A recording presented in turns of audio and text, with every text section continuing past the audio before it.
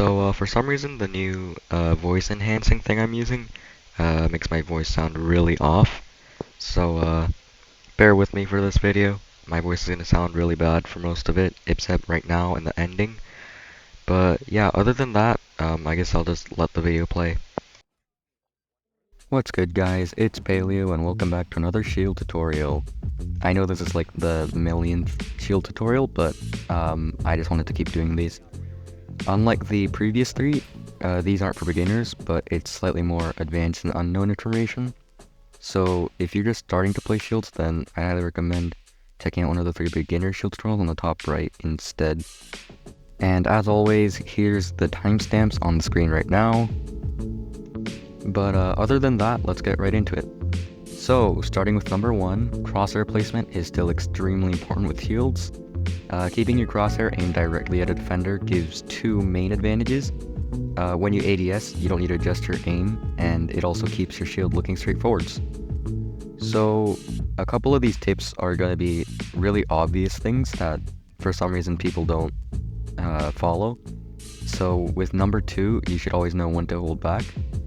Like, if you're on a long angle and there's like 3 defenders holding that angle, you might just want to smoke it and find a different room to push into. And if you see a defender running into sight, you should probably not push them. You do need a certain degree of map knowledge and game sense to realize when to push and when not to, but I wouldn't say that it's hard to realize. It's just that when you see a defender, it's hard to resist, I guess. So for number 3, I'd say that elevation is key when you're playing shields. Always keep the high ground when you're fighting someone. Unextended shields, so that would be unextended Monty, Blitz, and Fuse. They don't protect the top of your head, and this little part of your shoulders, but it's not much of a problem. But that does mean that defenders with decent aim can just blast your brain if you're not careful. If you really need to push up a staircase and you happen to be playing Monty, you could just extend the shield and it'll cover all of those weak spots. But with Blitzer Fuse, always try to go like the same elevation or higher elevation than the defenders you're fighting. This trick only applies to Monty most of the time, but when you're extended and you're holding a doorway, always use free look, because it's going to keep your shield pointing forwards, but you can also check the sides where you'd usually have blind spots, and it's really good for intel. Otherwise, free look's virtually useless. I'd say don't use it in any other situations. As for number 5, I don't know why I said that weird. As for number 5, an unextended shield like Blitz is going to sway about 90 degrees to the left when melees are impacted. If you want to counter this, you could just look 90 degrees to the right, and it'll keep your shield covering your body when it sways. Monty's extended shield and Clash, they're gonna sway about like 10 degrees to the left, so just moving the camera ever so slightly to the right counters this pretty effectively. Monty's shield can also protect him against the majority of the damage from nitro cells and grenades when extended, as long as those shield is pointed at the explosive. So a C4 that would kill Blitz instantly would only do like 30 to 60 damage to an extended Monty.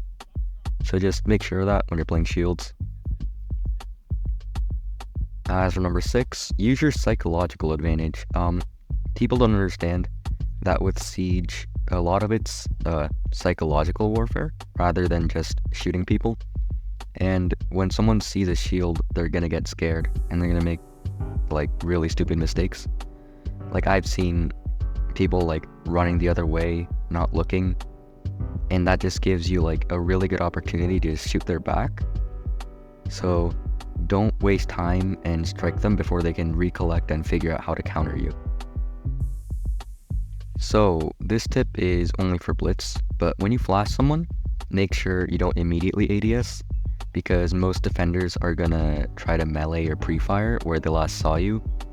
So move a little or wait for them to stop shooting before shooting, and that's gonna keep you alive a lot of the time. When you encounter a Doc, do not go for a melee kill. Once you knock him back with a melee, make sure to always shoot him, because if the doc decides to stim himself, you have to deal with another 145 damage before he actually dies, which basically means the doc has a free kill if you try to melee him. As for number 9, moving side to side when pushing up on a defender is going to greatly reduce the chance of them being able to shoot the tiny shoulder and feet weak spots. So always move in a zigzag pattern instead of just going straight up at them, and that's going to make it a lot harder for them to hit your weak spots. And lastly, if you hear the Velcro noise of a C4 going off, shoot the defender that's throwing it, because they can't fire back for about half a second while they throw the C4, which is enough time for you to blast them. So a quick little announcement, but I won't be posting nearly as many videos from now till about the end of December. But yeah, that's it. And as always, have a great day.